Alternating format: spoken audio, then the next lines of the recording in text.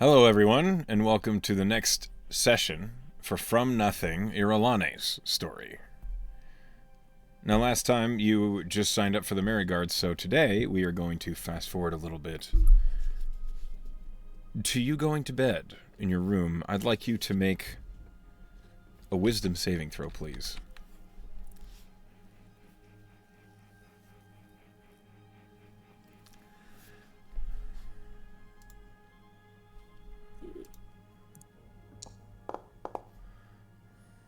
We're off to a great start. So when you went to bed, you had every intention of waking up in time.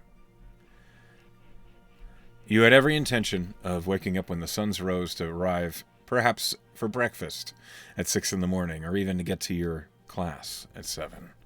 However, when you went to sleep, your mind decided to play tricks on you, apparently. As you lay down, your eyes finally shutting, you don't dream the normal, maybe frivolous or unusual things. Instead, it feels too real. You feel as though you were adrift in an open abyss. All around you, you can see stars, massive clouds of gases and nebulae. In all directions, things are seeming to go on forever. The endless void that you find yourself floating in is strange to you. Nothing seems to be close to you, and as you look around, you don't see anything moving. You don't see anybody approaching you. What do you do?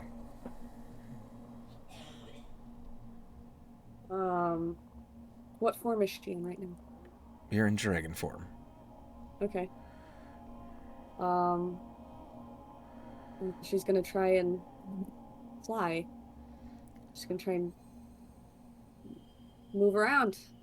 As you flap your wings, there is nothing catching in the folds of your wings. There's no air. And as you realize that, you also realize you're not breathing. You can feel your heart pumping. You're very much alive. But there's no oxygen entering your lungs. There's no need for it. Unfortunately, this also means that as your wings are flapping, there is nothing to catch you. And you float without moving, with no direction. And all the effort does of you flapping your wings is you slowly begin to twist and turn in position. The strange void all around you rotating slightly. Is there anything she can touch? That looks like she can touch? Nothing that close, no. It's as though you're stranded. She's gonna call out, "Hello? Is anybody there? Where am I?"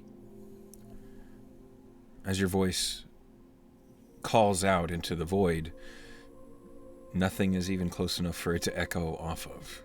It seems as though it is swallowed by the nothing in all directions. You feel alone.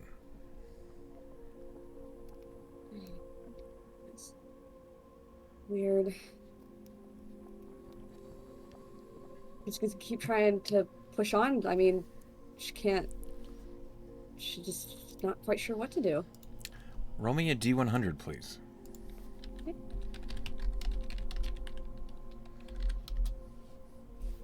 The 8? An 8. Okay. Or wait. No, that's a sorry. 2. It came out as a 2. It rolled an 8 on my screen, but apparently it is a 2. This is weird. Could I roll again? No, this is just a very odd encounter you've just rolled. Hold on. Okay. I need to check my notes. One moment, please. Your patience is appreciated.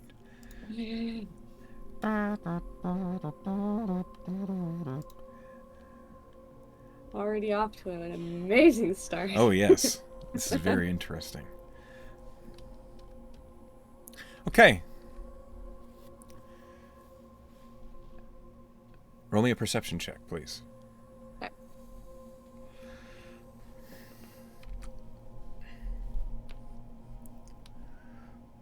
Oh, that was almost another one. 19, 23. You suddenly feel as though you're being watched.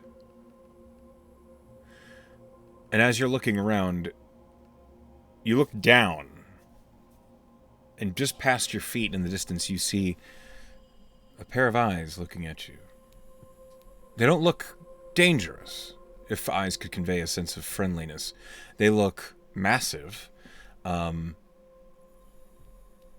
blue in color, and they're focused upon you. With your sense of perspective, either they're extremely close or they're enormous. And as you twist and writhe trying to turn, you see that the shape of the eyes narrow as if the entity wearing them is smiling. Yeah. She's gonna, like, hello? Can you hear me? Everyone can hear you. What? You hear this voice come from the direction of the eyes. And as they watch you, they appear to be getting closer, but as they do, it's a trick of the eyes. They also appear to be getting much, much smaller until they're right next to you. And there is a humanoid figure floating upside down from your perspective.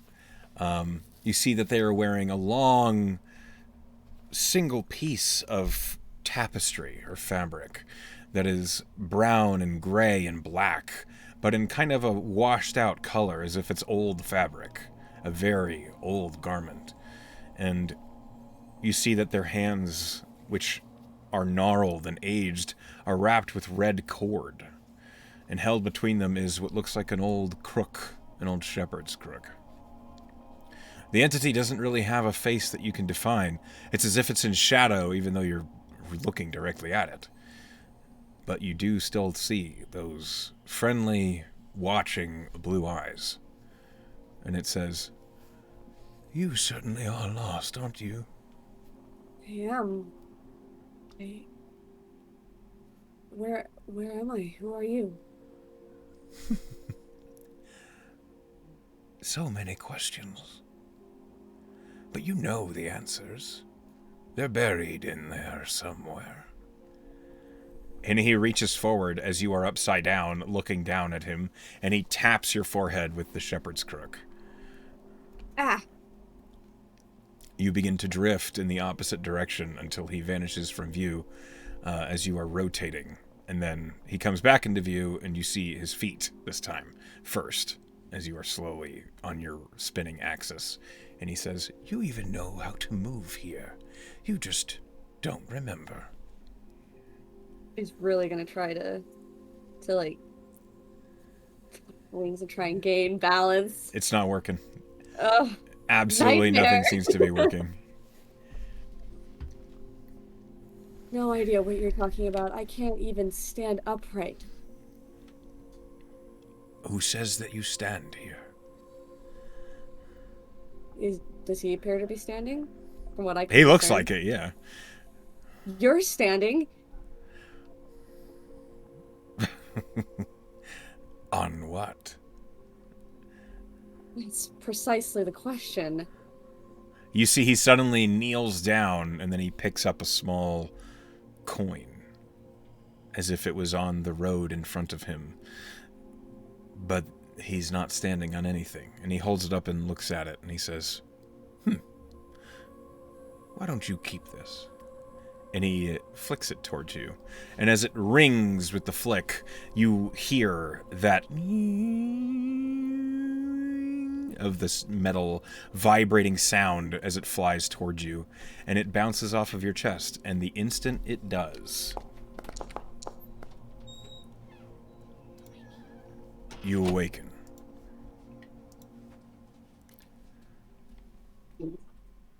Jesus Christ.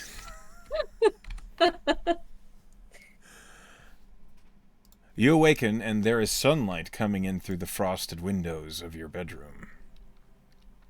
You realize it is maybe a little bit after dawn. You may be a little late. Oh no. Oh no.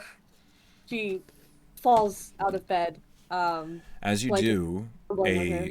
a metal coin lands on the ground next to you.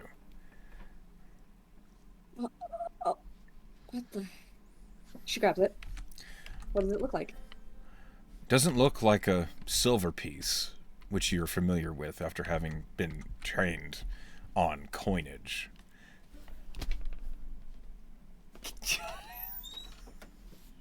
Jesus Christ. Excuse, pen. As you look at the coin, you see one side of it shows 13 circles. One of them in the middle is the largest. 12 all around it are touching, slightly overlapping, and in a tight circle around the middle one. On the other side, you see is a hand. The hand is holding up the thumb and the first two fingers. And you see that there is a string wrapped around the palm.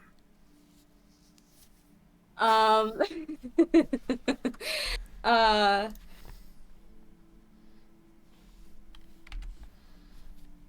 Confused. She realizes that she doesn't have much time to dawdle, so she is going to stuff it under her pillow. Okay. Um, and It is also iron. It's not silver, it's not that shiny. so it's got a fair bit of weight to it. Yes. All right. Yeah, so she's gonna put that underneath her pillow. She's going to just pick up her blankets and shove them back on the bed, grab her pack, and quickly get everything ready before she is out the door. Okay, you are busting ass to get to class. As you are running down the hall to get to your class, it's not that far, and you arrive at the sorcerer's classroom. Do you knock? Do you just go straight in? What do you do? She goes straight in, Okay. right in, but she tries to be quiet. When you enter, most of the students are not here. You see that there are just a couple toward the back of the room as they are heads down in books.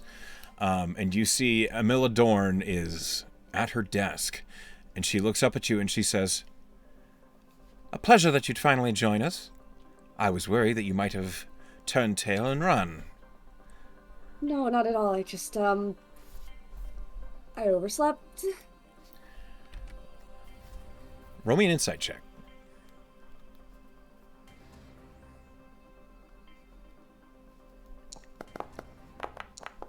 15 for a 19. You actually see a wave of empathy on her face. As if you're not the first. And you have arrived in traveler's clothes that maybe are not in the best of shape. She assumes likely a bed's rest is not something you're accustomed to. And she says, "It's no matter. I do have a task for you, but first, I wanted to have a conversation." And Okay. she gestures to one of the desks in front of her. She promptly takes a seat. Have you ever... Well, I should ask, in your time that you remember, have you done any trade, any bargains or talking with people?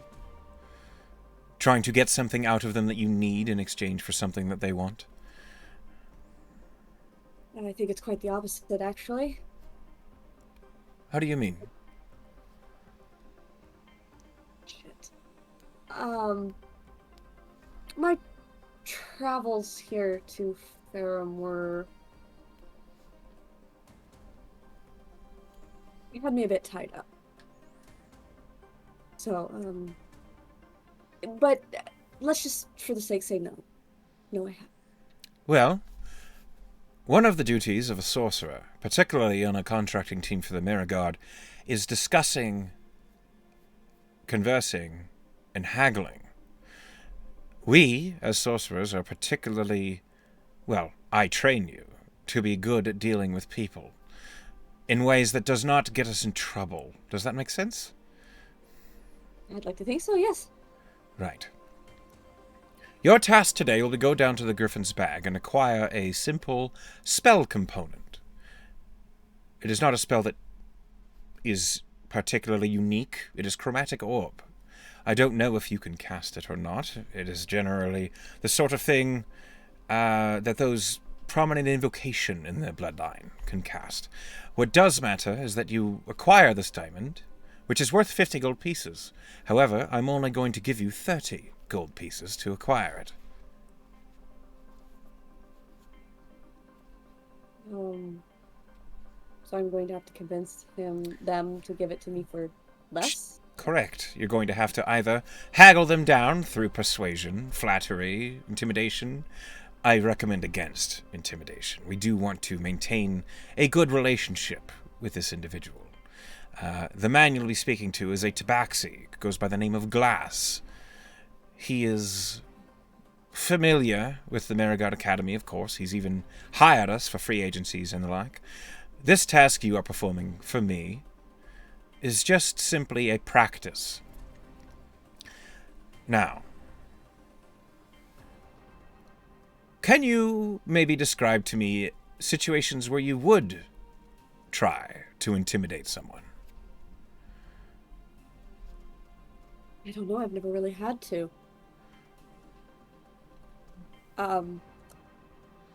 I suppose when someone is pushing their limits with me.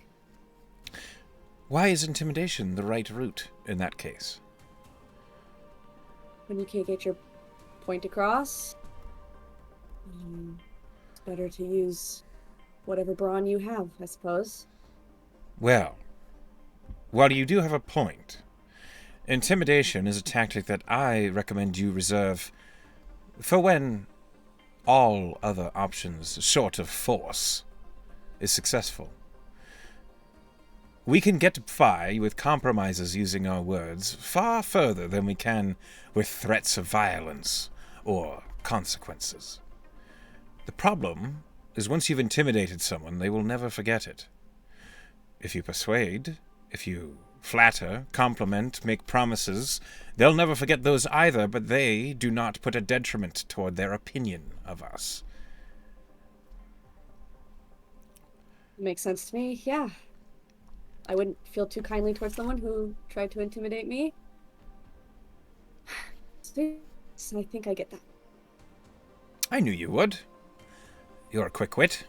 So, and at that moment, Amila pulls a small pouch from her desk and sets it on the corner of the desk, and she says, "These will be your funds for acquiring a diamond worth 50 gold pieces. Again, there's only 30 gold here.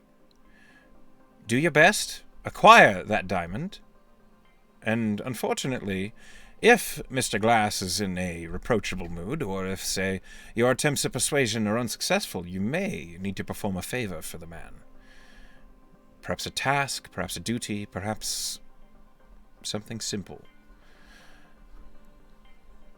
What I do know is the Griffin's bag always has work to be done as they are understaffed. So, I'll see what I can do. best of luck, Irolahne. I will be here waiting for my diamond." Is there a time limit? I imagine I'll see you tomorrow if you don't manage it by the evening. Okay. She'll take the bag. Best of luck. And Thank she you. turns her head back down to her books. Yeah, well, no time to waste then. Off you go. Okay. Yep. As you leave and you step out into the hall, you realize you don't know where the Griffin's bag is. Did forget to ask that. I think the thought of having to go and be persuasive was now a little overwhelming to her. So Um, she's gonna try and figure that one out in town, unless she Okay. meets someone along the way. All right. Well, Persh is at the front desk. Uh, he waves you out as you are leaving, and you head into Ferrum proper. Okay. All right.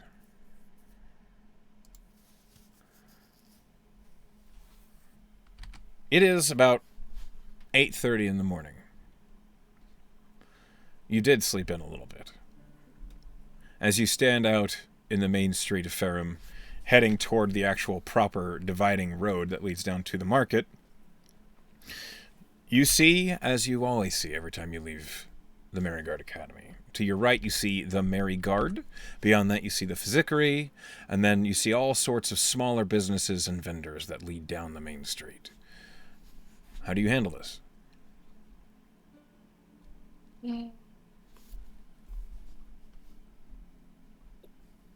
Does there look like anybody that is not too terribly busy, um, wandering about that she can just pull aside and be like, "Hey, I'm new around here. Do you know where this shop is, the Griffin's Bag? I'm lost." Roll an insight check.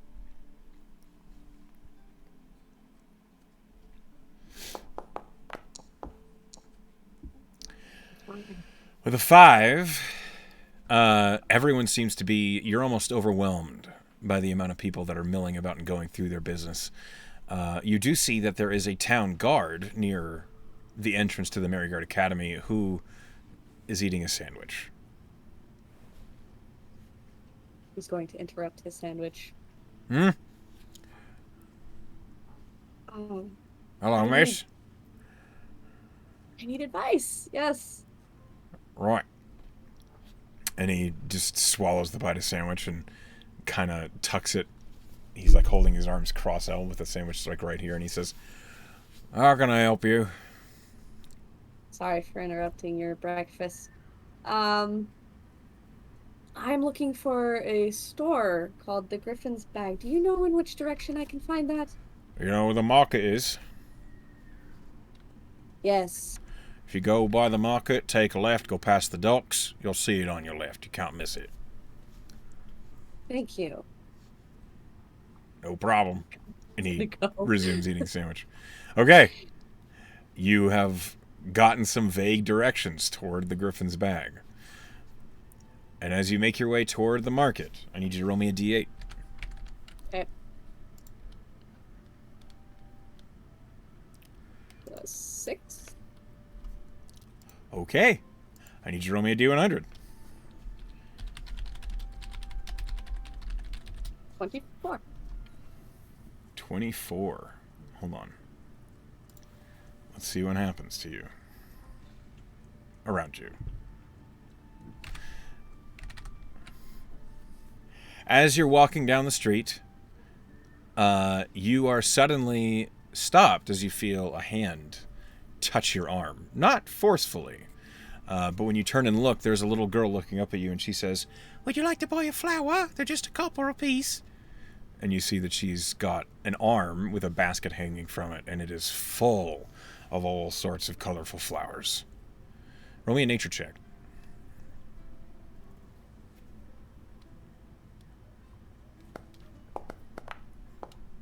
Not bad. Oddly enough, this is one of the things that Tabernac did have a book on. And you see that these flowers are costa blooms, which are known to kind of mellow and fortify the mind. You know that they can be brewed into a tea that provides advantage on wisdom checks and saving throws. At least that's what you know from the herbalist side of them. Physically, they are beautiful flowers that start as blue at the center and then radiate out to a yellow bloom. They're rather pretty. Sure. I'll take a couple of them, actually. Okay, how many do you buy? I should buy about like 3 or 4. Okay. They're just a copper apiece. Okay, well, here you go. She'll hold out 4 copper. Okay, and she smiles at you. She tucks the copper away, and she hands you 4 ripe Costa blooms. They're very pretty. Thank you. Thank you for your business, ma'am. I love your hair. And then the little girl kind of skips off looking for other customers. This place is so weird. Okay. That was your encounter. You rolled up a little girl selling flowers. Add to your inventory 4 Costa blooms. Let's see. Inventory.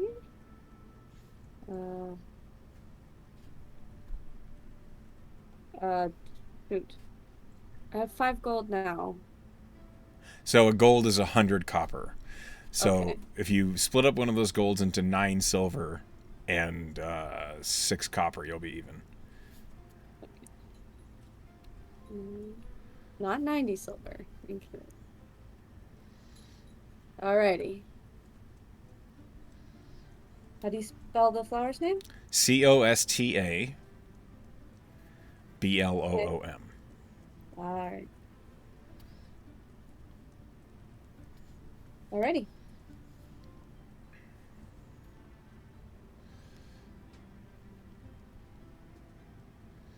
Okay.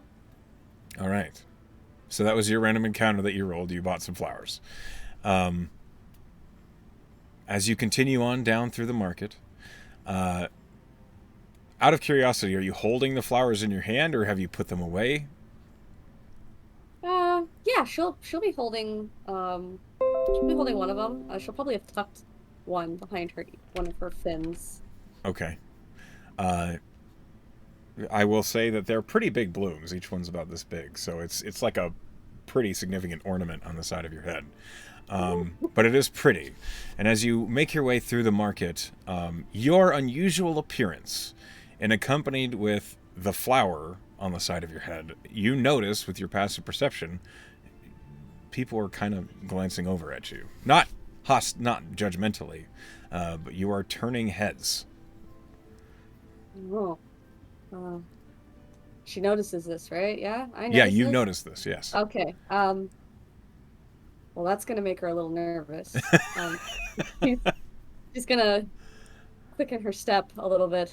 I need to get to where I'm going. This is uncomfy. Okay. You hasten. And as you make your way through the market, you get by the docks. And this building here on the map, that is the Griffin's Bag. Sing that one more time, please. Right here. It's glowing yellow. Okay, thank you. You're welcome. Toward the Heather Gardens gate, you make your way down toward the Griffin's Bag. And it is a handsome building.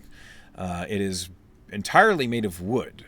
But it is not the same sort of wood that you've seen a lot of these buildings made of. Many of them look as though the wood has been treated and lacquered, but is kind of grayed with time and age. The Griffin's Bag is a healthy, reddish-brown wood, and it stands out like a gem in the middle of this district of stone and wooden buildings. The entire front side of the Griffin's Bag is a massive window, where behind it you can see shelves full of jars and bags and all sorts of weird-looking components, urns filled with powders that glitter and sparkle in the sun's light. Each display on its own looks as though it's probably worth a significant amount of money. And you see there is a small kobold outside with a squeegee wiping off the window. And as you are approaching, he says, "Oh, good day, miss." Hello. What a beautiful morning. You here to shop? Yes, I am. Well, I Are you hope the you shop have a... owner? Oh, no. I just clean the windows and help with some of the reagents. I hope you have a pleasant time in there, though. Thank you. I should go in. Okay. The Griffin's Bag is fairly busy, but not crammed. There are many people that are perusing the shelves. And as you're in it, this store is huge. The shelves reach well over 15 feet tall. Many of them are full of spell components and other supplies, but that just seems to be the first half of the shop. And as you look beyond it, you see that there are racks and pinions full of weapons and armaments and clothing and fabrics and an entire shelf just full of various books. But at a glance, you see that one of the books is on display. It's empty. They look like spell books. All sorts of things that any sort of wizard or magical practitioner could find useful here. As customers are milling about, you see that there is a counter with a tabaxi, an older-looking man with yellow and black fur who is tending to one of the customers. He looks up and he says, "Oh, I will be right with you, miss." Take your time. I'll just be looking around. He kind of smiles and nods at you, and then he returns to whatever the customer was asking him about. What do you do? Oh, well, she's definitely going to take a look around. Probably at some of the spell books, maybe some of the clothes. Okay. Yeah. Roll me a perception check. Okay.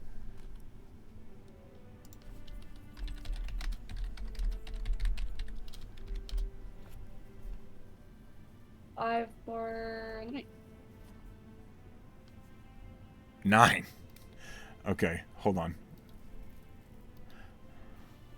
One moment, please. I'm trying to pull up my notes here on this place. Yeah.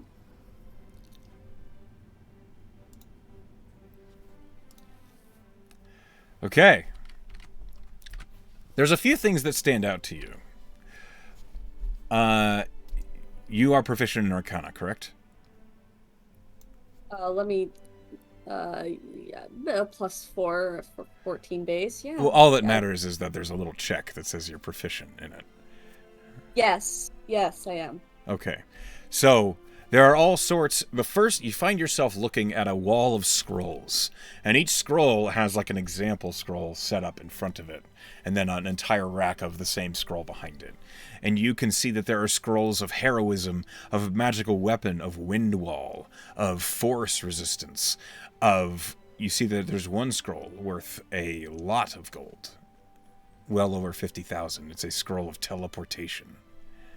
Ooh. Levitation, you say? Teleportation. Teleportation. Okay, you cut out a little bit. I was like, Sorry. huh? No, levitation would not be nearly that expensive. No, I guess not. That's pretty simple.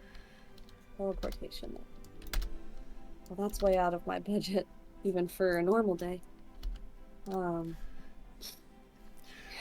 There is one item that stands above this rack of scrolls. It sits up on the wall, and you see it's kind of hung from 2 pegs. It's a beautiful star-spangled cloak. You see that next to it, there is a small price tag where it says it's 85,000 gold pieces. And then on top of that, it's labeled as Cloak of Invisibility. Oh, I quite like that. It's really nice and shiny. She's really taken by that cloak, but I imagine so, yeah. when she sees, she may not 100% understand the currency fully, but she does know what Tabernac taught her, and that the decimals in that are very large. Yes, it is a very expensive cloak.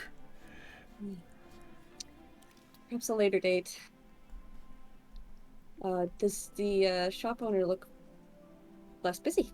Actually, as you are in this rack and looking, you see that the tabaxi has finished with the individual they were working with, and he has come out from behind the counter. He looks as though he's just kind of looking to see who needs help. So when he sees that you are looking over at him, he says, "Ah, can I help you?" Yes, actually, I'm here for a really shiny stone today. I believe it's a diamond. Ah, If my memory serves correctly. yes, we have some. Yes, how can I assist? What sort are you looking for?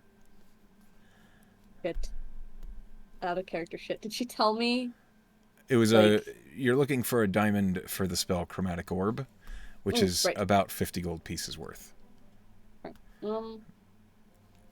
I'm looking for a spell component. I believe the spell that I was the component for was just regular diamond for a chromatic orb. Do you Ah, have any available? that is a smaller diamond, and yes, we have plenty of those. Many wizarding students come by unprepared for their courses, so we keep a stock of the smaller ones. Why don't you come with me? And he gestures toward the counter. Always. He goes behind the counter and you see he picks up a small jar. The jar is a little larger than just a few inches tall, and as he pops the top off of it, he pulls out a tiny little diamond. It's almost nothing at a glance, and he sets it on the counter and he says, "It's not the best purity, but for these magical spells, they don't need to be. It's just 50 gold pieces."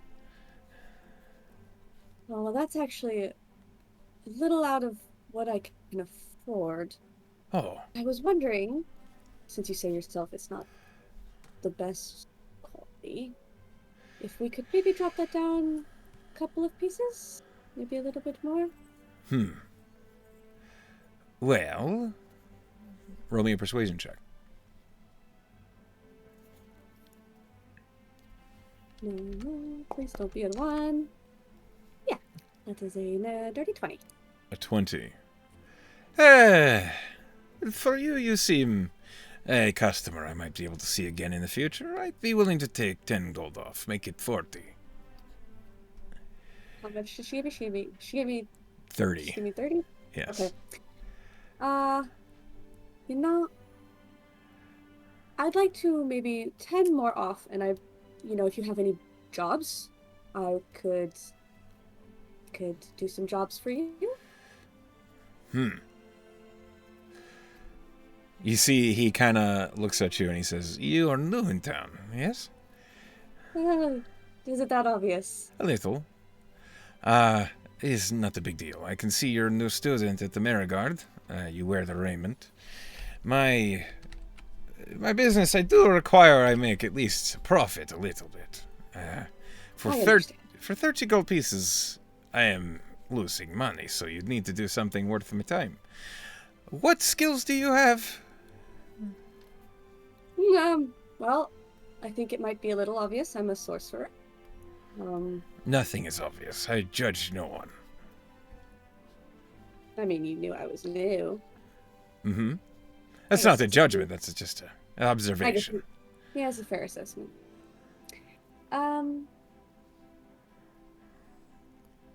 Gosh, I don't actually know what she meant. I think the only thing I've really been good at recently is playing the violin. So if you need some shop music, Maybe not that. But you are trained in magic, yes? absolutely. This could be of benefit to me. Tell you what.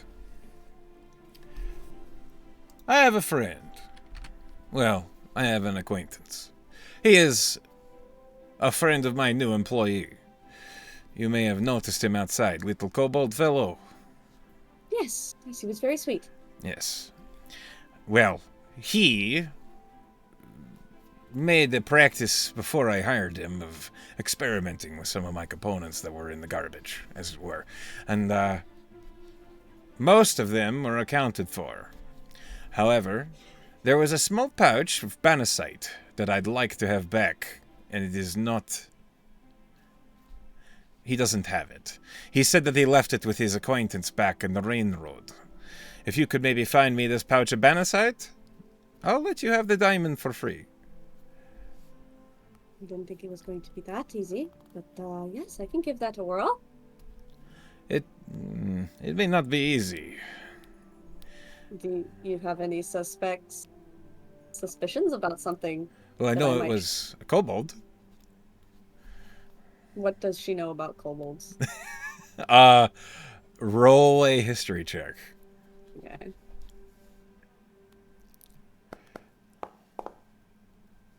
12. Oh, You know that kobolds tend to be very cunning. They're small creatures. They are dragonkin. They're not actually dragons.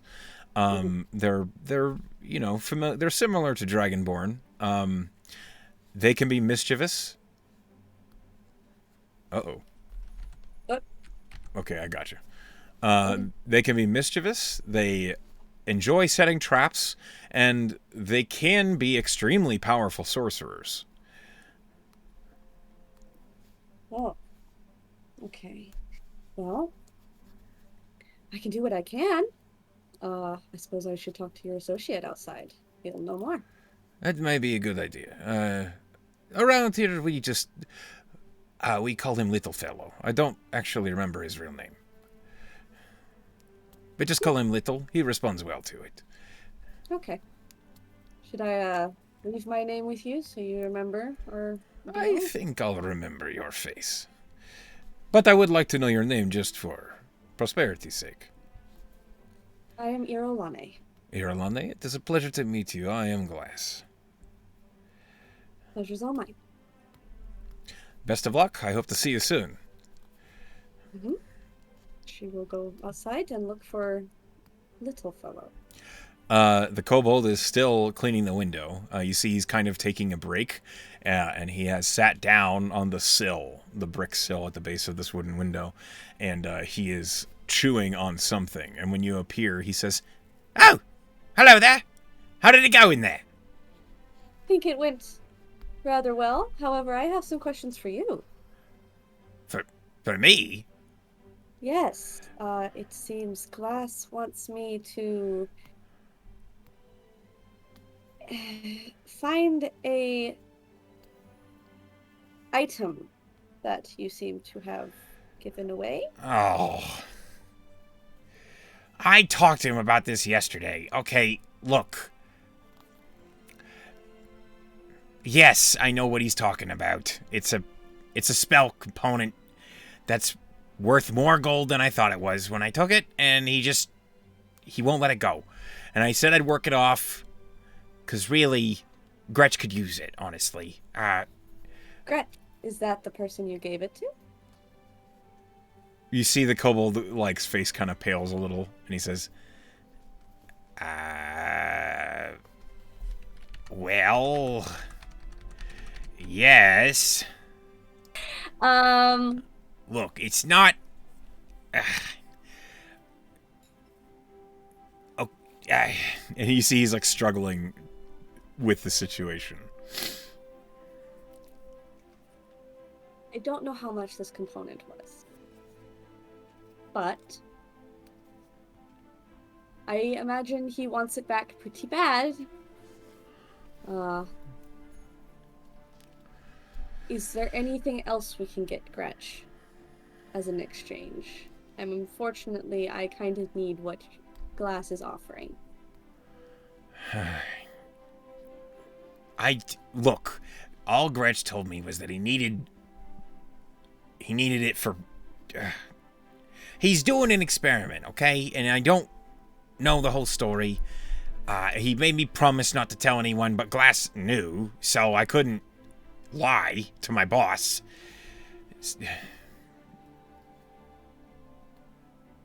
All right. We can... From what I imagine, I'd guess, I'm not a wizard or anything like that. I'm trying to practice, but I think he's using it instead of incense. He's using it for incense? No, instead of incense. Instead of incense. Where can we get some incense? What kind does Gretch need? I don't know. We'd have to talk to Gretch. Then let's go find Gretch, please. I imagine Glass will be just fine if you aid me in this endeavor to take time off of your work. Roll persuasion. Oh God, please. Please.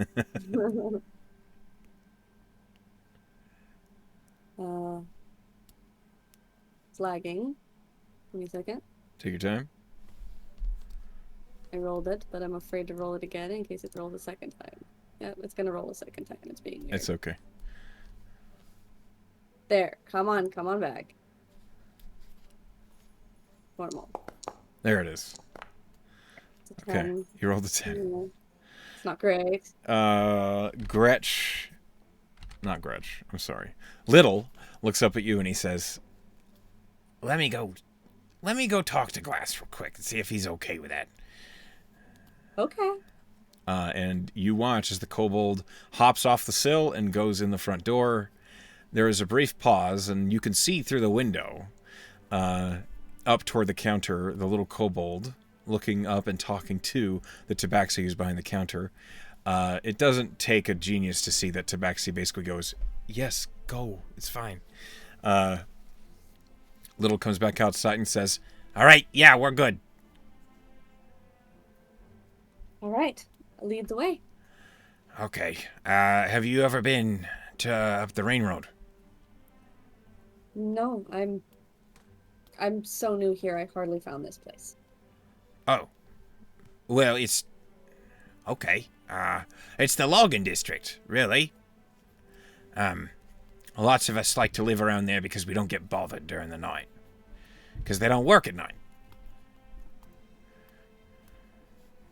And Little leads you up the road. Okay. And you pass back through the market. As this happens, I need you to roll me another d8 in case there's another random encounter.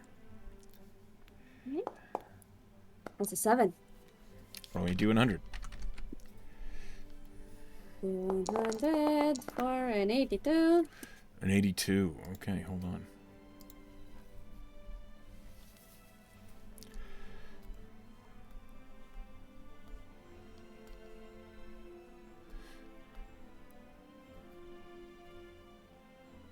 Hold on. I might need you to re-roll. That doesn't work. Okay. Yeah, go ahead and give me another roll. Well, not a 73. Okay.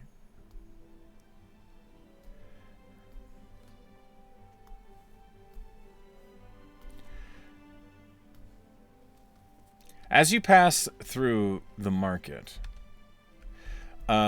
you see there is a group of individuals who are kind of clustered around a small ring that's been set up on the ground, and they are rolling dice, which wouldn't really bother you except for the fact that they are occupying the entire entrance to this alley that you and Lil are like looking to pass through.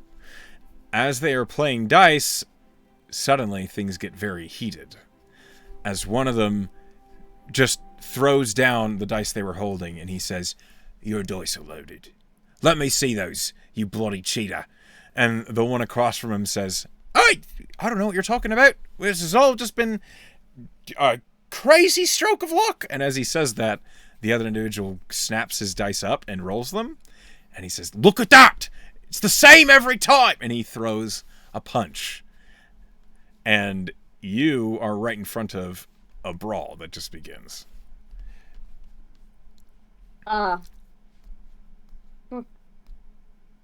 She's gonna try and keep her distance from that. Okay. Because that is none of her business.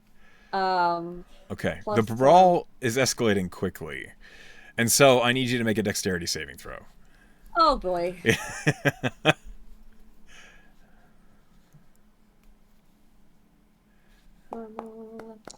Give me it's a 17. That's great. Okay. One of the stools that was being sat on is hurled across the alley, and you manage to duck underneath it right as it was about to hit you.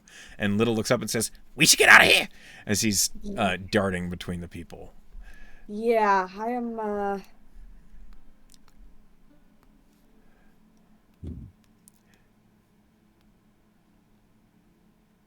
Nope, that's not like her. That's not like her. Go. She's gonna go. Okay. As that happens, you suddenly hear the of a guard whistle from down the street, and you see, like, behind this group of people, a bunch of guards are running forward, pulling bludgeons out of their belt, and they're saying, "Oi, you! No fighting in the streets!" And they're running up to them. And the brawl is continuing. But you and Little make it out scot-free. You moved with that dexterity save quickly enough that the guards just assume you are bystanders, which you are. And they begin trying to apprehend these brawling gamblers.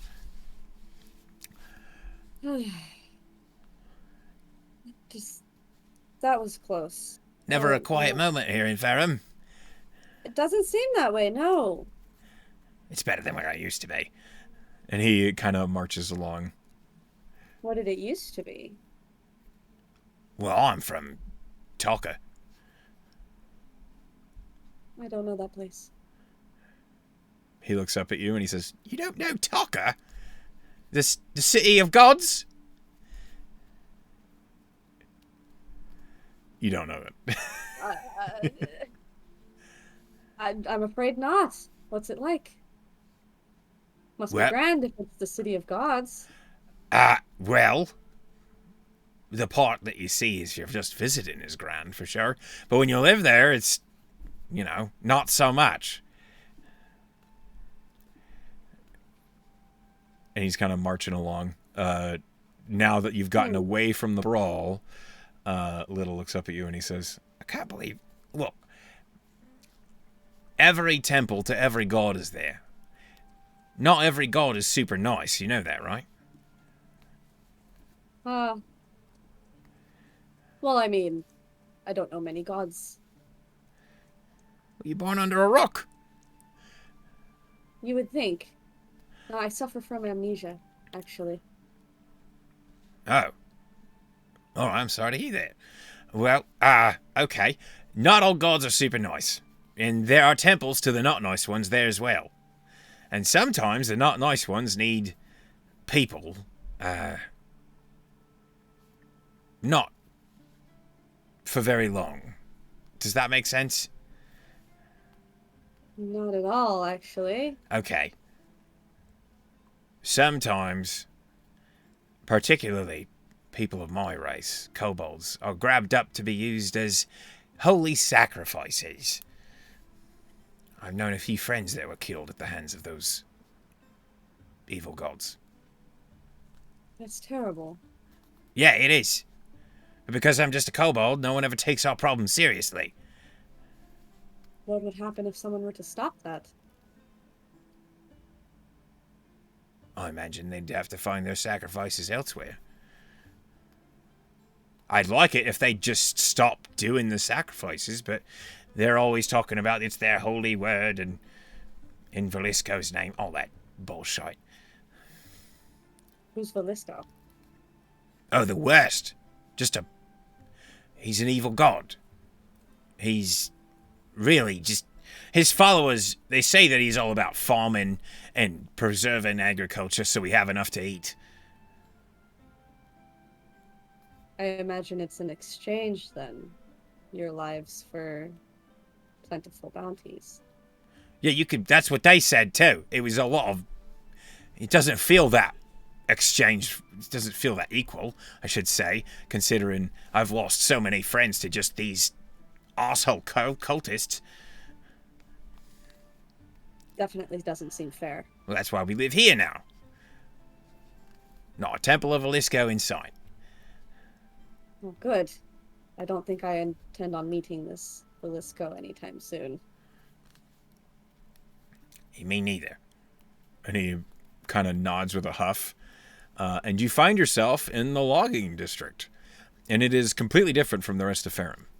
The structures here are open. Many of them are little more than just a rooftop on massive pillars over what look like massive sawmills and processing plants where logs are brought in to be stripped of bark, leaves, and branches and then broken down into quarters and planks and whatever sort of lumber that can be used. And on top of that, you see there are many stables here of huge draft horses trained up to draw huge logs and piles of lumber in and out of town. As you are looking around, the industry of this part of Farum is surprising to you. Based on everything else that you've seen, it looks almost like the rest of town is almost like a tourist town of small shops and novelty businesses.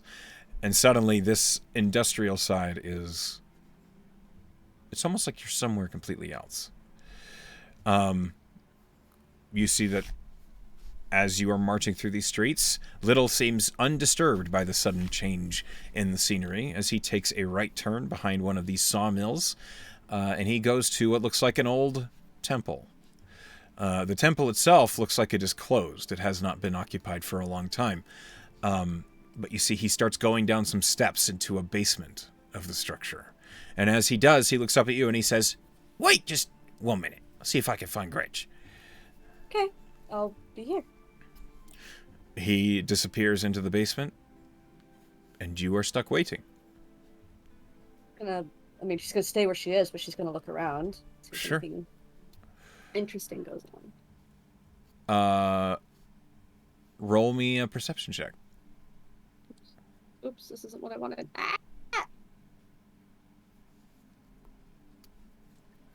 Perception? Yes. Okay. 18. One thing that strikes your attention is across the street from this temple, well, shut down temple, you see there is, just on the verge of this district, there is a toy shop. It is called the Block Brothers. That seems to stand out to you as in their window you see that there are all sorts of toys in interesting shapes, but each of them are made out of wood. Wood that looks like it is of the same kind that you see largely being broken down here. Interesting. Must be a very easy job when you have the supplies right next door. She's just gonna sit and wait some more. Okay. And hopefully she doesn't have to go. She is wondering, though, if it takes him any longer. She's going to go look for him inside. Okay. Let's see. I'm going to roll to see something here.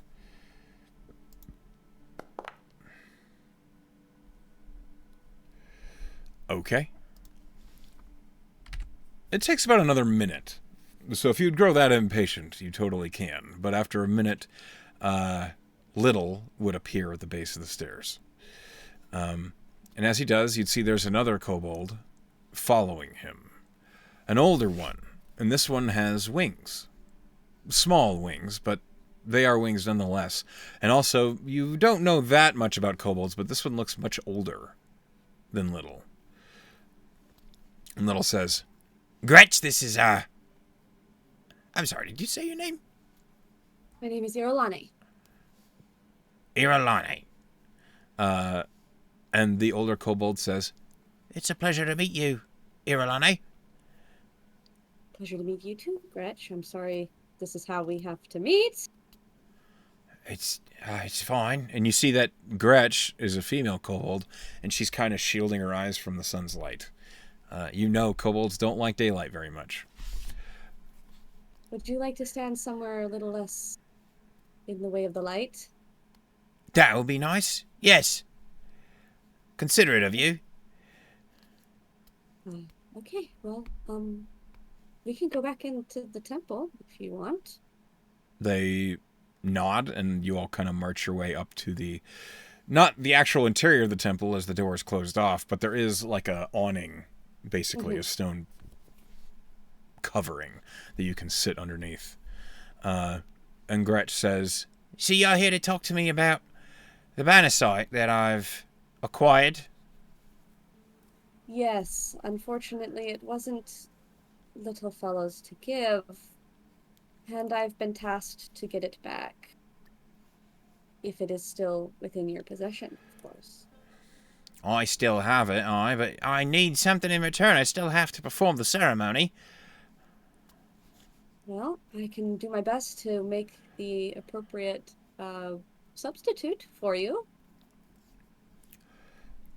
You see that she looks at you and she says,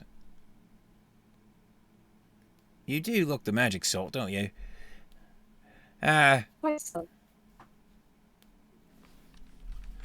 How about this? If you can find me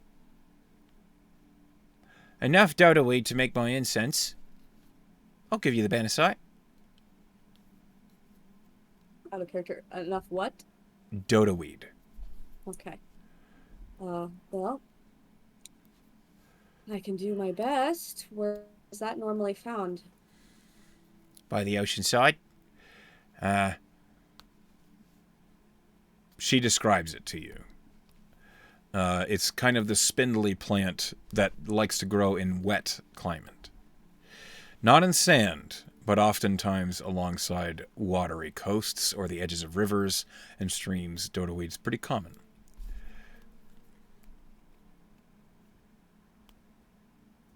Alrighty then. Uh, well, I will do my best. How much do you need? £2. 3 pounds. Is this normally heavy? No, it's gonna need it. I need quite a bit. All right. Well, I best get moving then. Gretch, this older kobold kind of folds her arms and nods, and you see that she does look hopeful that you'll come through. She says, "If you need us, I'll be back down below in the commons. Just ask for Gretch." Okay. And I will Little do says, that. and Little nods and says, "I'm gonna go back to work." You hold on. I need your help finding. Oh, all right. I haven't ever seen this plant before. Have you? Yeah. I need your help identifying it, and then you may go about your day. The kobold nods and says, "That's simple enough. You're polite enough company. I try to be. You'd be surprised how many people don't have any interest in talking to us." Well, I know from experience how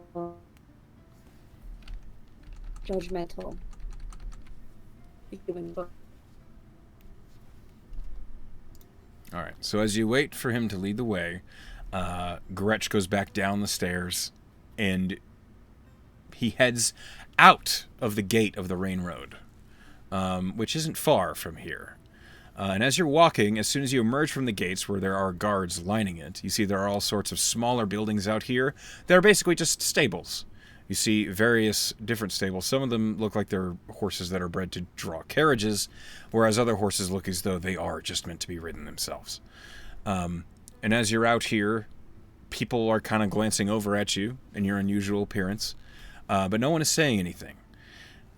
Beyond this and these stables, you see there is farmland stretching out to the north quite a ways. Off in the distance, you can see the Allen Forest. You imagine, with how much logging they're doing, it must have been a lot closer than it is now.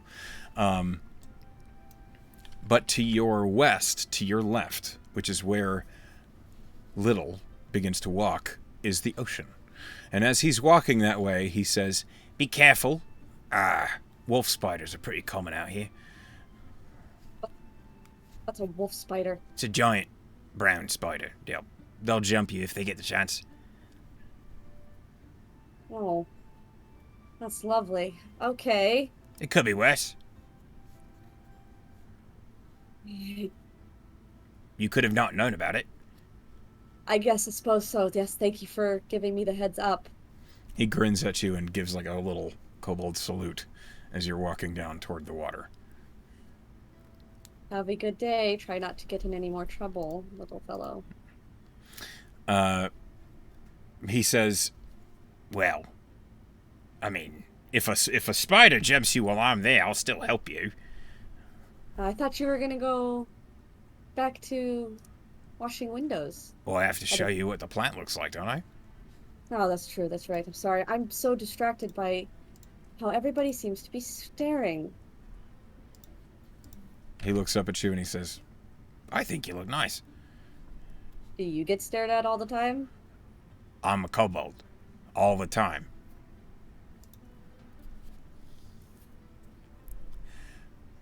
Anyway, he just continues walking down toward the water. I didn't hear that. I'm sorry. He says, "I'm a kobold. I get stared at all the time.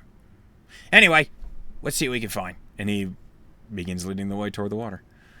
Okay. Well, I suppose, honestly, I'd probably take the spiders over them staring at me. He kind of glances back toward you as he's making his way over these rocky and dirt paths down toward the water, and he says, "I wouldn't." Are they that bad? They can be if they get the jump on you. Okay. I'm not too excited about this anymore. We'll be fine. And he marches his way to the waterfront. And I'm going to change the map from Ferrum To a mood image of what the waterfront kind of looks like. The forests at the edge of the farmland reach right up to the water. It is pretty out here. It's peaceful and quiet. To the point where you don't believe that, anything bad could happen here with how quiet it is. The sounds of wildlife happily chirping away in the trees and the underbrush. And as you are approaching the waterside where the trees cut away, I'd like you to roll me an investigation check.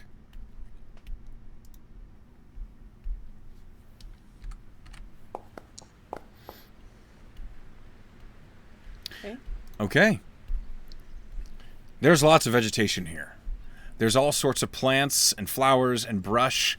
And as you're looking around and you and Little are kind of navigating your way, Little points to a small spindly weed that's toward the edge of one of the trees. And he says, This is what we need. Dodo weed. Oh, seems simple enough. Does it look safe to pick?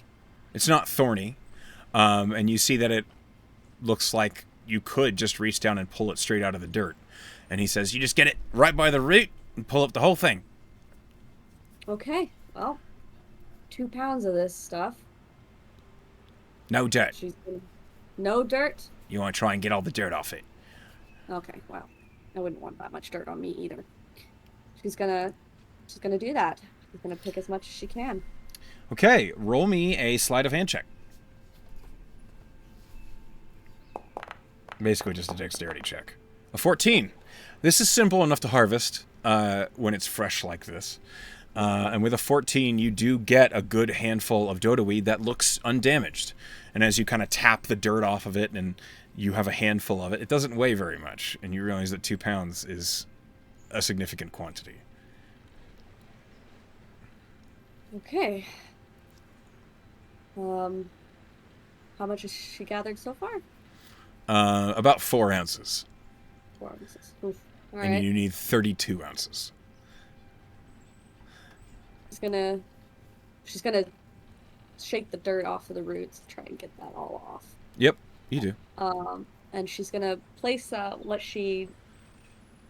she finally gets like enough to separate off into at least 1 pound, she's gonna put it off to the side, and then she's gonna grab more. Okay. This is going to take you some time. It's not a difficult task. The hard part is simply pulling it out without damaging it. So I'm going to require... basically, I'm going to keep asking you for sleight of hand checks. Okay. At each one, there is a chance of an encounter. So go ahead and roll me a sleight of hand. Sleight of hand. Nice. Okay. You get another 4 ounces. Hold on. Okay, go ahead and roll me another sleight of hand. 12? 12. The DC is 10, so you are successful in harvesting another 4 ounces. It's not hard to do. Okay. All right. All right. Roll me another sleight of hand. Uh-oh. All right. This batch you do break. As you're trying to pull it up out of the dirt, you don't get a very good grip on it. It's wet, and your hand slips up, and you tear the dodo weed in half. Oh. And you botch that harvest. Does it smell? No. I mean, it's like sap. It's not gross. It's a little sticky. Well, that's a shame. She'll move on to the next. Roll me another sleight of hand.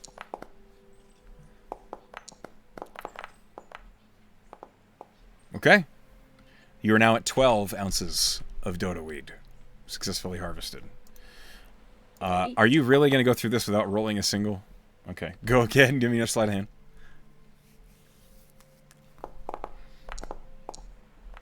Okay. As you are harvesting this one, which you successfully get the 16th ounce, basically, you get a pound, and you're holding it, and you hear, as Little had just left, basically, saying, you've got this. As he's leaving, he's maybe like 50 feet away up the rock path back toward town. You hear him, help! Oh, no. She's going to toss the dodo root down and She's gonna run. She's gonna run in his direction. Okay. Hold on a minute. As you run up toward the sound of Little in trouble, you see that he has his back up against a tree, and he's looking up, and he looks over at you, and he says, "Ah!" And he points up, and you see where he's pointing is the biggest spider you've ever seen. And it is making its way down the tree. Oh my god. Yes. One moment, please, as we are about to have a combat encounter. Oh no. It was bound to happen eventually. Yep, it was a spider. You go in the spider house, you're gonna see some spiders. Okay, so hold on, let me pull out. Here is Little.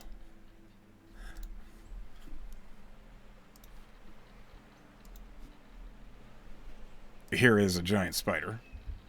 I don't like it. I thought you might not like it. And here's you, basically coming up the road. So, at this moment, one moment, please.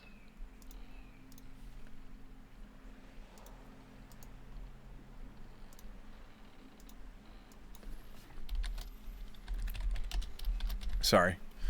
No, you're fine. There you are now in the initiative, as is Little One, and is the giant spider. Go ahead and roll your initiative. I didn't mean to roll it for you. Oh. It's fine either way.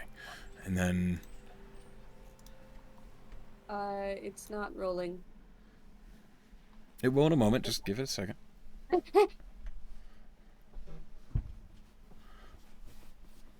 Are you rolling from D&D Beyond, or are you rolling from Foundry?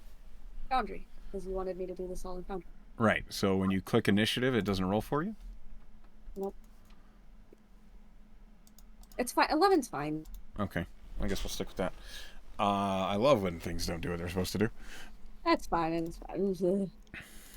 Okay. As the giant spider is crawling its way down the tree, it's Little One's turn, and you see he reaches into his back pouch and he says, "Ah!"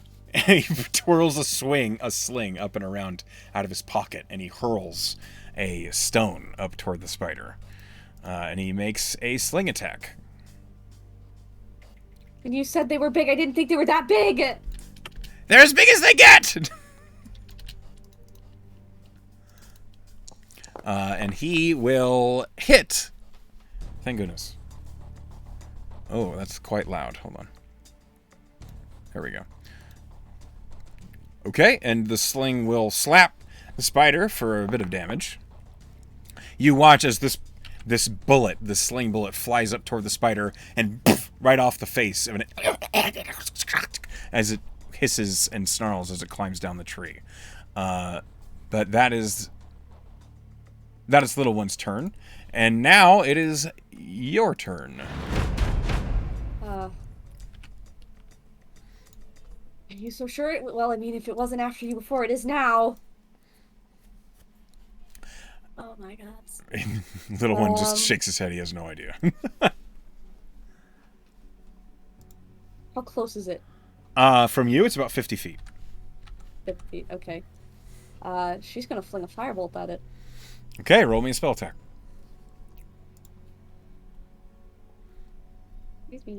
Click attack in the chat.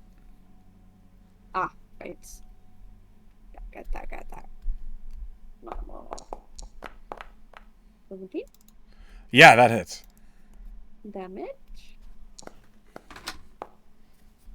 4. 4 points of fire damage. As this massive spider takes the damage, you see that it recoils from the fire particularly. It really didn't like it. Hold on a second. Let me account for the damage you dealt. And as the spider's trying to crawl down, it's like its legs curl up towards itself. And anything else on your turn? Bonus action movement? Nope. Okay. The giant spider is going to crawl the rest of the way down the tree.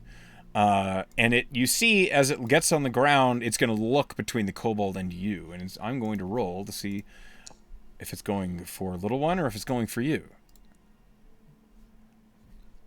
It's going for little one. You watch as the giant spider suddenly rears up and a web out toward the kobold. And I need to make a dexterity saving throw for little one.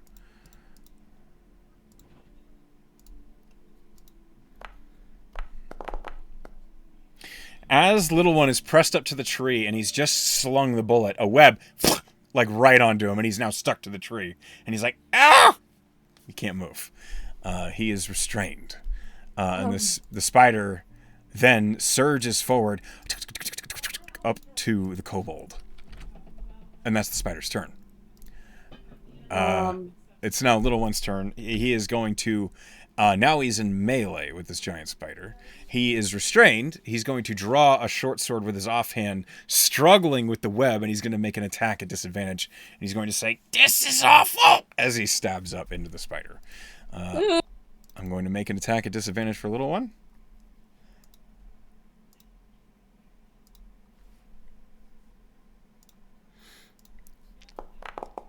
Let's see how he does. He rolled an 11 to hit, which is not good enough. Not surprising, considering he's restrained. He looks over, and he kind of like winces and turns toward you, and he says, "Help!" I'm doing my best! She's going to cast Sword Burst. Okay, you are very far away. Am I far away? It says 5 feet. I guess I don't understand. So this map is just a mood image. You're actually, now you're like 20 feet away from the spider. Oh, okay. Well, she is going to, let's see, what is my movement? 30 feet. Oh, yeah. She's going to run up, and then she's going to cast Sword Burst. Okay. So, that'll be, so she's got 10 feet of movement left. So, yes, Sword Burst, cast that. Oh, it's an immediate, I guess. Oh, it needs to make a dexterity saving throw. Okay, yeah. So as you run up, the giant spider trying to rears back to lift its legs up and away from you. It rolled a 13. It fails. Okay. Go ahead and roll damage. That is a 3. 3 points of force damage. The giant spider did not like that. It recoils back from the magical blades that surge out from you, and as they slam into the spider, it turns towards you, its massive mandibles parting, and it's going to surge forward and attack you, unless you have a thing. Before it does that, she's going to move back at least the rest of the 10 feet, because now she is like, oh shit, it's on me now. You will provoke an attack of opportunity. Never mind, I'm not going to do that. Okay. I keep forgetting that that's a thing. Yes, you are within melee to cast that spell. Okay. And as it moves to the spider's turn, it is going to... You are not webbed, but it didn't like that, so it's going to bite you. It's okay. You didn't... These aren't venomous, right? I don't know! That's a 12 to hit. Doesn't hit. It doesn't hit? Okay. Nope. You manage to dodge to the side as its massive teeth cut towards you. And as you manage to just slightly dodge it, you feel part of the garment that you're wearing get snagged by its massive mandibles and tear, just missing you. It doesn't have multi-attack, so that's the spider's turn. And now we go back up to Little One's turn. He's going to try and get himself out of the web, so I need to make him a strength saving throw. Because he cannot use the sling while webbed. Oh god, his strength is terrible. Hold on. Yeah, he rolled a 4. So he's like, yeah, just he cannot get out of the web. That's Little One's turn. It's now your turn. You are face to face with the giant spider.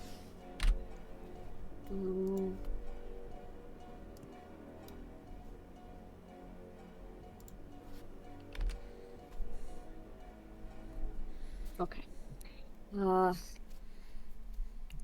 Hold on. I selected these spells and I thought I knew what they were, and now I'm like, I don't remember what they are.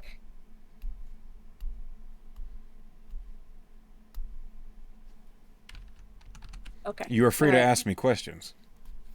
Yeah. I'm just trying to save because I'm used to having a little bit more spell slots than this. Sure.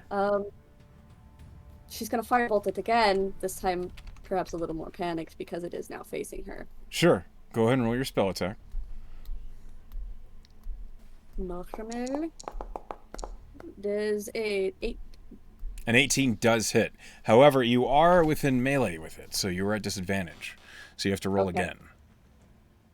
Roll disadvantage for the attack? No, just roll the attack normal, because I forgot to mention it before you rolled. Right. Okay. Well, that is definitely going to hit the fucking that one. A 10 misses, unfortunately. All right. So as the firebolt skirts on past it, the spider, seeing the fire, it surges to the side, and it's going to surge towards you more aggressively. Oh boy. Oh boy. Yes. It's going to try and bite you.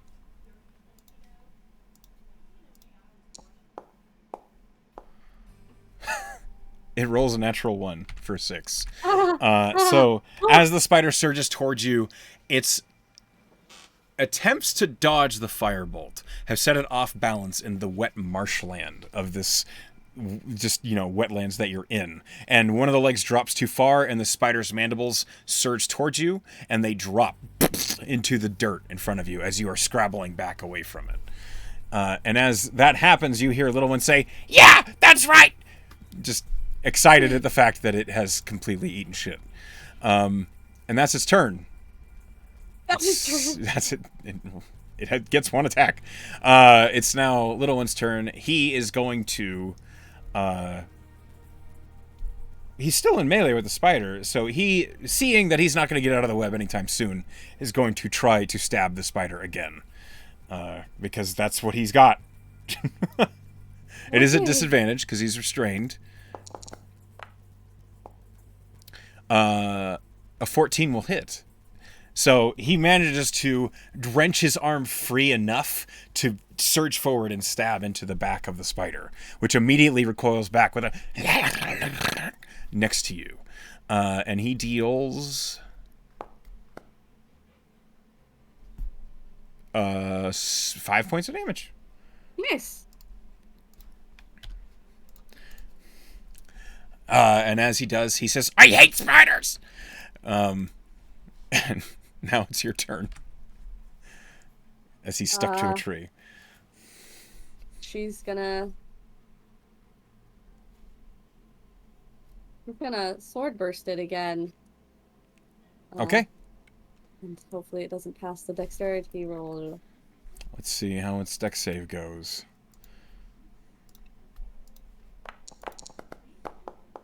I rolled a natural 3. So okay. it's not going to succeed. How much damage do you do? I did. Two points of damage. All right. It's great. You're whittling it down slowly but surely. Slippery spider. Yes. The spider, it's getting attacked on both sides, and it does not like it. It turns back to Little One, who's stabbed it in the butt, and it will take advantage of its web and bite him with advantage because he's restrained.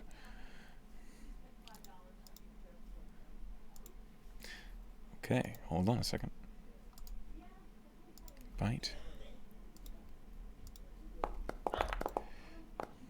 Okay, that attack lands with a 21, which means I need to roll a Constitution saving throw for Little One. No. Oh no, it is. He's proficient. He's a kobold. They're hardy little creatures. He succeeds with a 12, but he does take 8 points of piercing damage. So as he gets bit, Little One, help, and he doesn't look like he can take another hit like that. Oh no. Level 1. Now it's Little One's turn. He's still restrained. He's going to return with a stab because that's what he's got.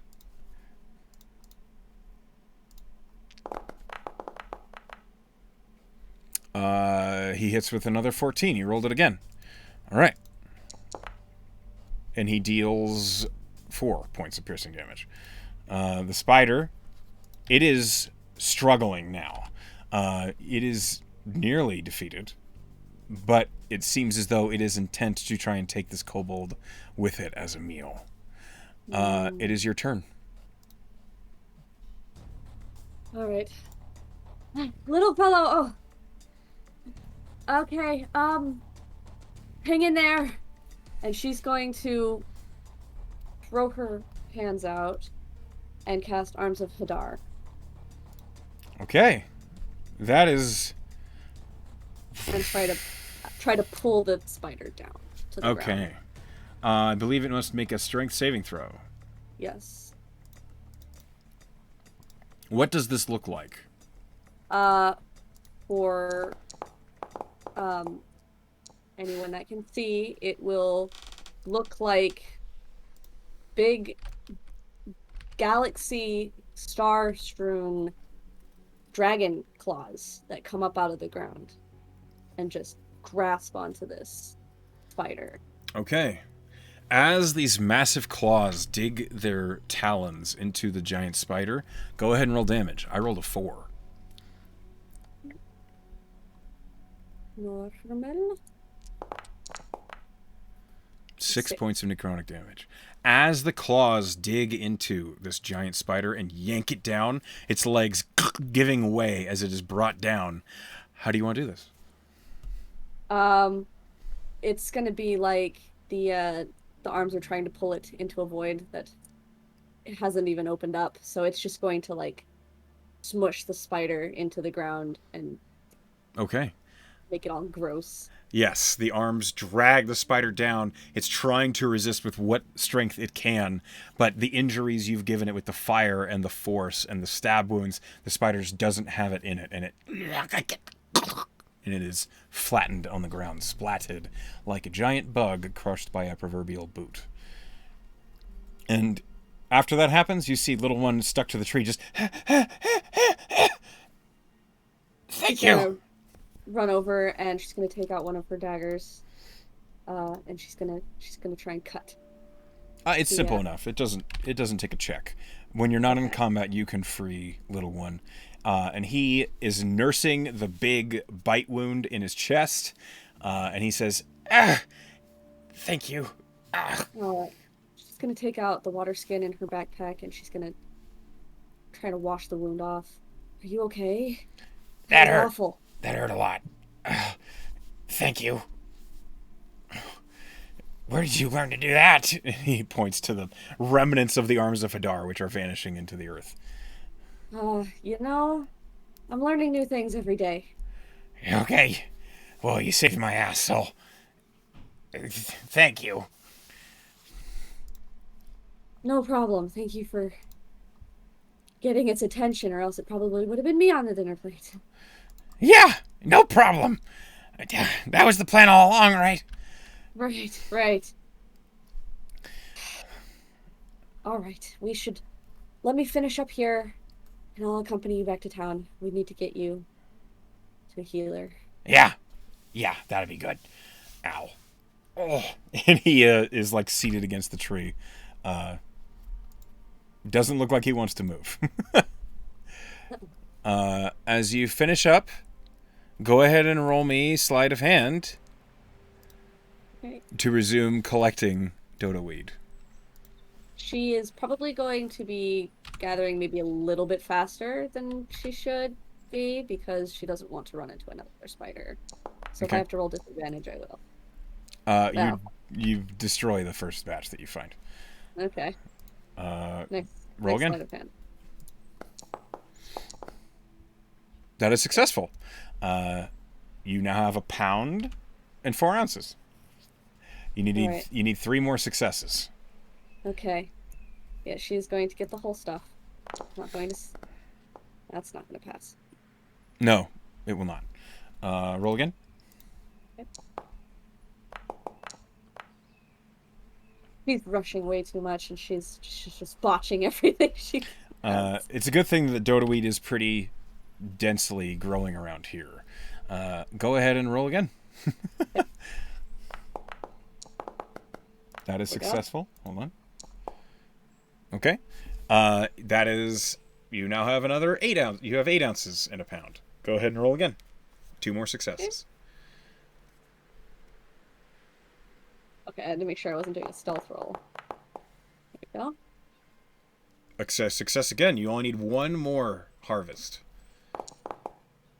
Okay, lucky last roll, right? Yeah. Apparently so. Hold on. I gotta roll the encounter every time. All right. Yep. You managed to harvest the remaining Dodo weed without encountering another giant spider. Oh. You now have 2 pounds of Dodo weed. She puts it with the rest of the Dodo weed. She picks it up and she goes and helps little fellow. Okay. He stands up and he says, "Okay, thank you. Let's get out of here." Yes, let's. I do not want another one of those in my day. You help little fellow all the way up to the gates. There is no more encounter here. So I pull the map back up. And we go to... Here we go. So, you could go straight to the temple to bring the materials to Gretch, or you could take little one straight to a healer. What do you do? She's gonna take him straight to a healer. The supplies will still be there with her. Sure. But he's hurt. Okay, so as you know, you could go to the temples that are in the chapel district, or you could go to the Physicary, which is by the Merigard Academy. To her knowledge, which one would be better? Like, suited for a kobold. Suited for a kobold? Yeah. There's a lot less judgment that'll happen at a Physicary than at the temple. Okay. Well, she'll definitely make the trek then. Okay. Roll me a d8. Okay. At this point, what time is it? It's about 2 in the afternoon. Okay. Roll me a d100. Okay.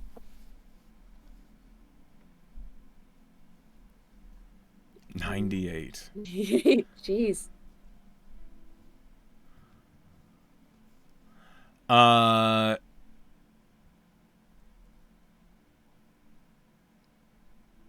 Okay.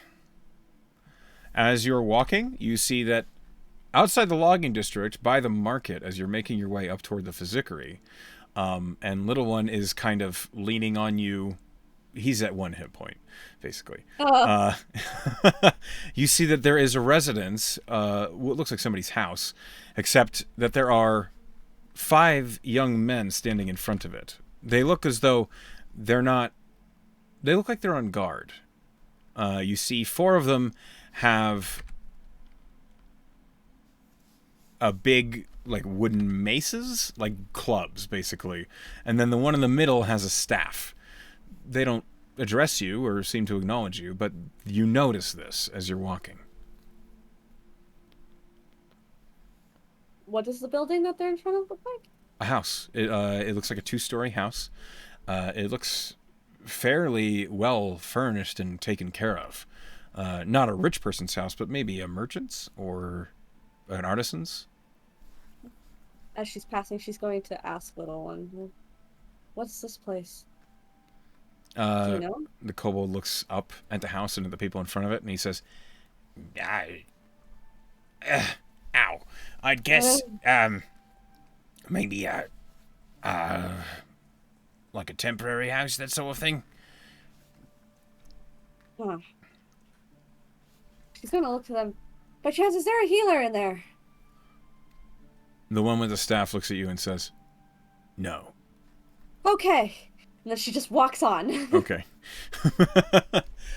You go on by, dismissing the encounter. And as you do, you make your way up the street until you arrive on the street leading to the Merigard Academy, and you see to your left immediately, this building is labeled Physicary. She's gonna go right in. "Hello? I need help. My friend needs help." You hear, coming from around a corner, the first thing you notice is this building looks like a workshop. But from around the corner, you hear, all right, just one moment. I'll be right with you." And as you look, you see a half-orc wearing spectacles and a long coat covered with all sorts of gadgetry and almost like a bandolier of syringes appears around the corner and says, "All right, oh, you look quite on the edge. All right, come sit down." And he gestures into the room. And the kobold looks up and says, thank you. You hear from farther into the building, you hear someone say, "Hi, what is it?" And the half-orc says, "A kobold has arrived with terrible injury. I'll do this one free of charge." And he kneels down next to the kobold, and he says, "This is a mighty fine spider bite you've acquired." And he looks up at you, and he says, "Where have you been that you've encountered such a monster?" He was helping me collect weed, and when he went to go back to town, a spider attacked him. It was out that way. All right. No worries. Let me... And you see he kind of pulls one of the syringes. He touches it and twists it, and it glows blue. And he tends to little one. Hold on. Yeah. He heals him for 19 hit points, which is well more than the kobold even had. And as he does, you watch as, with practiced hands, this half-orc stitches the injury closed with the syringe injected. You see this wound just heal over, and it is just nothing but a fine line of scar tissue when he's done. And he says, "There you are, as good as new." And he looks up at you and he says, "I don't tend to charge for emergency injuries, and this is no different." And little one... Are you sure? "Well, of course. How do I get repeat business if everyone keeps dying all the time?" Well, normally we wouldn't be in the business of getting attacked by spiders, but it just so happened to be the day. No one ever seeks to get attacked by a spider. It just sort of happens. I understand. I have quite a few stories of spider attacks in my day. They're never pleasant to remember. And he kind of makes a note, and he says, "Annika, need more chromatic. You know." And you hear Annika reply, "Yeah, I got it. I'll write it down." He turns to you and he says, "All right. Now that your friend here is taken care of, is there anything else I can help you with?" No, not at all. I just needed to get him healed up. That was a grievous wound. "No worries, and thank you for stopping by. I'm glad I could help." Thank you. I'm sorry, my name's Irolahne. "Oh, it's a pleasure. I'm Zurich Silver, and my accomplice, Annika Castle, whenever she makes herself known." And you hear from the other room, "It's a pleasure, but I'm busy." The kobold says, They call me Little." And Zurich looks down and says, "Well, you are little, aren't you? But such an adorable one." And the kobold says, "Don't call me that." Zurich says, "Right, sorry, that's inappropriate. Anyway." Thank you again. "No problem, honestly. If you find yourself in emergent dire straits, by all means stop by. We tend to our customers regularly for a price, but for emergency wounds, it's free of charge."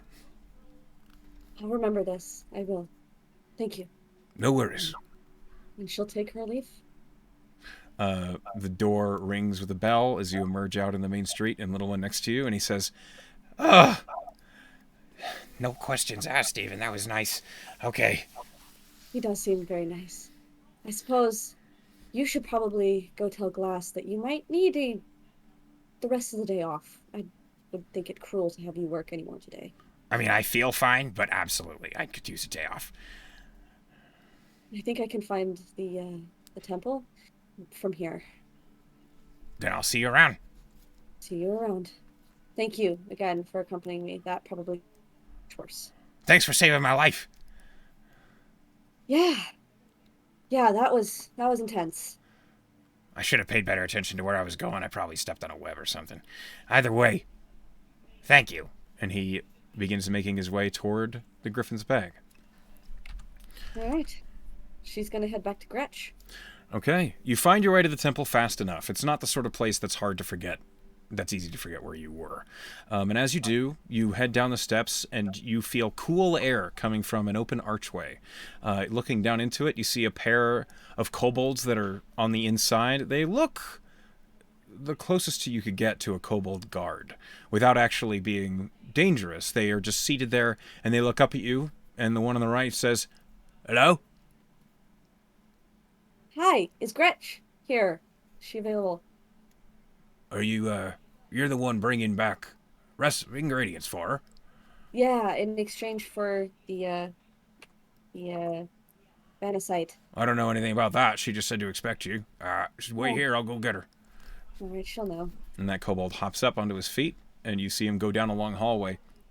And you see that that hallway is much longer than the temple was up top. You are looking into a maze of hallways.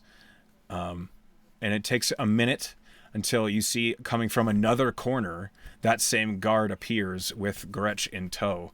And Gretch, you see, is holding a small pouch in one hand.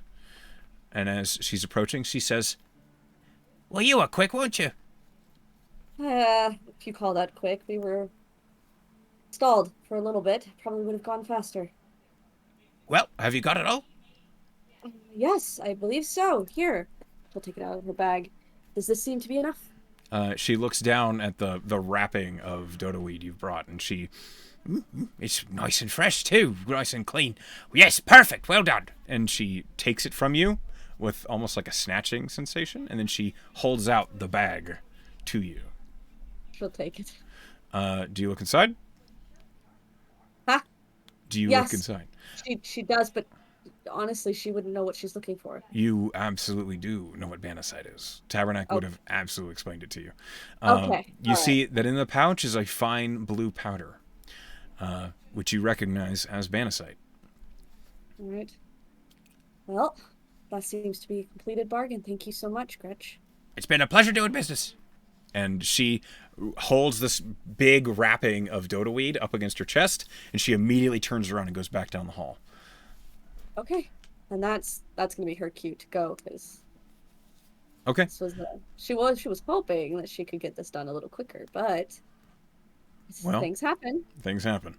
You make your way out of the temple, the Kobold Commons, as they call it, and you head your way down the rain road back toward the market on the way to the Griffin's Bag. Doesn't take you long. You know the way now. You're comfortable with these streets, and you go down the main streets. And while you are harangued and hassled by vendors and suppliers of various magic items and foods and clothes and tapestries, all sorts of nonsense, you eventually make it to the Griffin's Bag, where you see, standing outside, is little fellow. He looks up at you and he says, "Did she give it to you?" She did. All accounted for, I see. Oh, Why are you still here? I wanted to make sure she didn't screw you. Was that a possibility? Yeah, you're not a kobold. Oh, well, no, definitely not. I mean, I have the tail for it, but not quite the visage. No, you're a little taller too. Doesn't quite match You up. think? I don't know. He looks up at you and he just kind of goes, "Yeah." I better get this to Glass. Yeah, he'll be happy to see it. He's been haranguing me about that for like a week. No trouble. He says, "I'm gonna go home. I'll see you all later." Good evening. And she'll head inside. Okay, you head into the Griffin's Bag. Again, you are assailed by the amount of magical items that you see lining the walls and shelves, but it is also a little busier. However, you see that the counter is clear, and Glass is standing there, and he sees you enter, and he says, "Ah, how did it go?" You know what? I can't complain. Nobody died. That is a good thing not to complain about. You guys have a spider problem. Ay, there's only so much you can do. Yeah. Is this all of it? I assumed it was all here. He looks down at the bag, he opens it, he picks up the bag, and he tips it over onto a magical scale that he has on the corner, and he weighs it out, and he says, "Yes, it looks like she only used a pittance. This is perfect." And he reaches back under the counter. He pulls out a small piece of fabric, velvet, and he sets it on the counter, and there is your diamond waiting for you. A deal is a deal. Thank you so much. Out of just sheer curiosity, though, that beautiful cloak up there, what kind of job would one have to do for one of those? Oh. The invisibility cloak. You are a woman of good taste. Ah. That one you might need to save a kingdom to earn. I'm not in the business of that quite yet, but Well, if it doesn't get purchased by that time, perhaps I will have the funds for it. if you come back with a dragon's hoard, it is yours. She chuckles at that. Ah, thank you again, Glass. This is much appreciated. Thank you for the good work. Put this in the bag. I will remember you are a woman of useful talents. Yeah, I have my moments. It seems. He kind of tips his head to you, tucks the banacite away, and he says, "Is there anything else I can help you with? As you are now 30 gold richer, I believe." Well, unfortunately, it's not mine to spend. So, until then, I will keep your store in mind because there are actually a few items in here. But until then, yes, I will have to go. It was a pleasure meeting you, though. A pleasure as well. She's gonna head out. Okay. It is about 4 in the afternoon by the time you finally have finished the task and you have a chromatic orb diamond in your hands.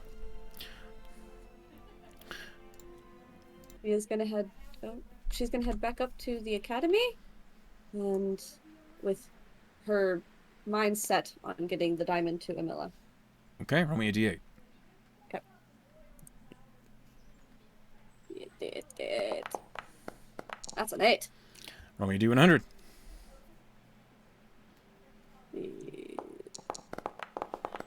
That's a 48. Okay, hold on.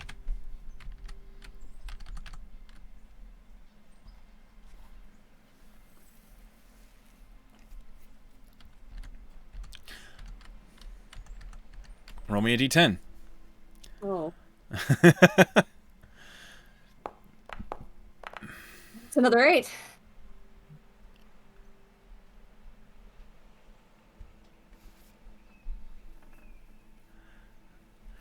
As you leave the Griffin's bag and you're heading up the market, you suddenly realize that you are walking next to someone.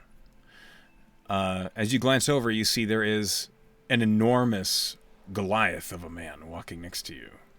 On his back is a towering greatsword that is slung, and as he is walking next to you, he says, "Good afternoon.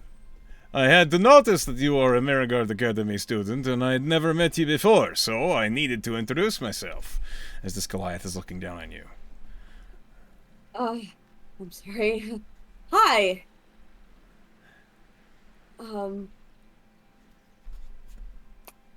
Sorry, the voice sounds familiar, but who is? My name is Stoic. Irolahne. It's a pleasure to meet you. It certainly is. I must comment you have a striking appearance, one I was surprised I'd never noticed before. Beautiful, even. Her earphones are gonna bend back a little bit. I seem to be getting a lot of looks today. I understand why. You're quite tall. I am. She's kind of cranking her neck. He's like 8 feet tall, yeah. Oh, Jesus! He's a Goliath. You see, he kind of has this kind of confident smile, an easy swagger as he walks. He's wearing full plate. He's in some significant armor. And you see that on his chest is a symbol. Go ahead and roll me a religion check. Ooh. Ooh, that's a low. That's gonna be a low. That's gonna be a low. An 11. So, you do know this symbol, Yeah. but it's one that you recognize not from a good place. It Oh. was one of the symbols worn by a few of the sailors. It is a symbol of the god Near. Uh, she's kind of her heart sinks at seeing that. Um, Do you wear it on your face? what would I roll? If you were To trying to hide how you perceive, like how your emotions, it's a deception check. Okay, I'm gonna roll a deception check because yes, she would probably be trying to hide. 10. 10. All right, he will roll an insight, which is a little better. Yeah, he kind of looks down at you and he says, I'm sorry, did I offend? Uh, no. Are you part of the guard? Aye, I am a paladin. Um, um, what, what is this? He points at the symbol. He glances down and he says, Oh, that is my god, Near.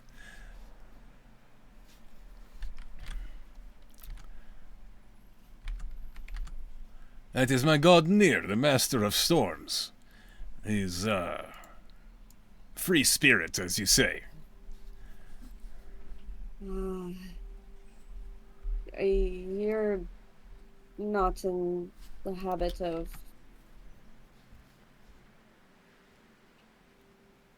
piracy, right? No, absolutely not. I grew up in a mine. What's a mine? He it looks so stunned by the question. He says, "You may not have heard a mine. You hole in the ground. They collect gems and ore. Any, you know." He I'm looks baffled by you not knowing what a mine is.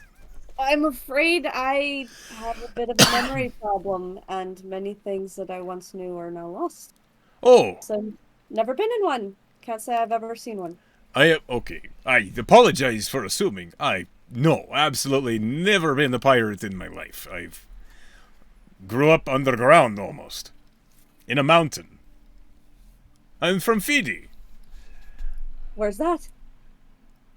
Right, you just told me you don't. Across the ocean. Very far away, I'll say that. I don't have a map on me or I would point it out to you. I don't either, but that does sound pretty far. Well, do you know, I am not just tall human, I am Goliath. You familiar with that? Uh, vaguely. I'm very vaguely familiar with the races of this place. Okay. Well, man, that must have been quite a bonk on the head. You're telling me. Alright. Goliaths are like people, but bigger and better in every way. We truly are fantastic, if I do say so myself. You'll never Well, find better dancers anywhere. much like your stature, you definitely think highly of yourself. Of course I do. I know me, and you would too if you knew me. This is why we are talking. He chuckles. Are you heading back to the academy? Would you like to join me? Absolutely. I am Okay. finished with my task for the day, so I was just going to take it easy, and then I saw you and wearing the Marigard paisley, and I needed to introduce myself. You didn't know me, and that was an error I had to fix. Well, it's definitely one that I can say I'm pleased you fixed. You are amusing. I'll take it. And he smiles widely as you two make your way toward the Marigard Academy. On that note, as we approach the 2 hour mark, this would be a good spot to stop the session for tonight. Okay. But well done. You handled those trials and tribulations well. Second spiders. Fucking spiders. All right. Thank you all for watching, and I will see you all next time on From Nothing, Irolahne's story.